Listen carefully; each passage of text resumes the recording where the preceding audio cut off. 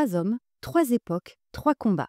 Un général à la voix grave et au verbe haut, un cinéaste aux images tranchantes comme des éclats de vérité, un musicien qui fait danser les blessures, Charles de Gaulle, Ousmane Sembène, Stromae. À première vue, tout les sépare. Et pourtant, bienvenue dans Connexion francophone Pensées croisées, le podcast qui tisse des passerelles entre des figures qui, sans jamais se croiser, résonnent étrangement entre elles. Première voix, le stratège. 1940, la France vacille et un homme ose dire non. Depuis Londres, dans un micro grésillant, Charles de Gaulle appelle à la résistance. Mais au-delà du mythe, il y a un projet, reconstruire un pays brisé, réaffirmer une souveraineté, redonner du sens à la grandeur française. Visionnaire ou autoritaire, il incarne une certaine idée de la France. Et derrière l'homme de guerre se profile déjà l'architecte d'une république nouvelle. Deuxième voix, le révolté, 1966, Dakar. Une salle obscure, un écran s'illumine, le public découvre la noire d'Ousmane Sembène. Un choc, une claque. Sembène, ancien ouvrier, devenu écrivain puis cinéaste, ne veut plus se contenter de raconter des histoires.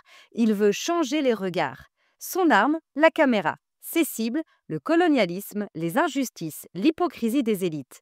Avec ses films tournés en wolof, il donne une voix aux oubliés. Il fait du cinéma un acte politique.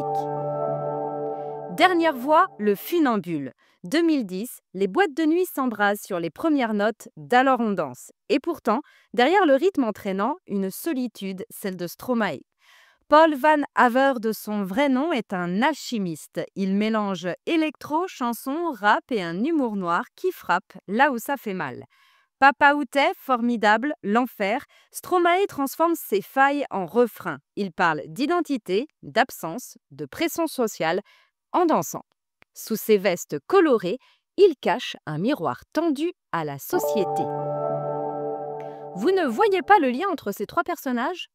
Premier indice, agir à sa manière.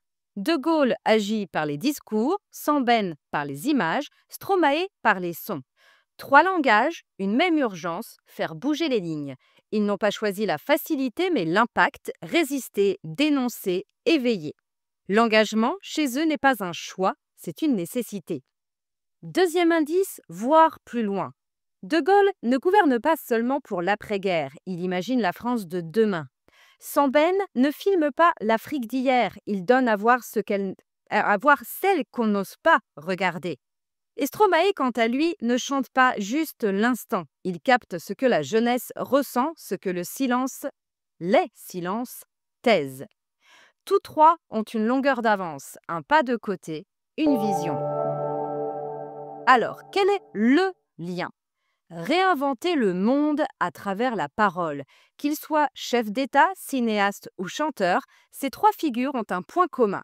Ils ont pris la parole là où d'autres se taisaient, et leur parole a changé quelque chose. Ils ont réécrit les récits dominants, ils ont, chacun à leur façon, redessiné les contours d'un monde plus lucide, plus libre. Merci d'avoir écouté Connexion francophone Pensées croisées, De Gaulle, Sembène, Stromae, un militaire, un artiste, un musicien, 3 univers, 3 esthétiques, 3 types de pouvoir, mais un même souffle, celui de la transformation. Leur héritage n'est pas figé dans les livres d'histoire ou les playlists, il est vivant, il est là, dans nos débats, nos luttes et nos inspirations.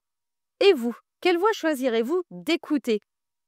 Courez vite découvrir les activités de ce podcast et de cette découverte dans la description et je vous attends avec impatience pour une table de conversation.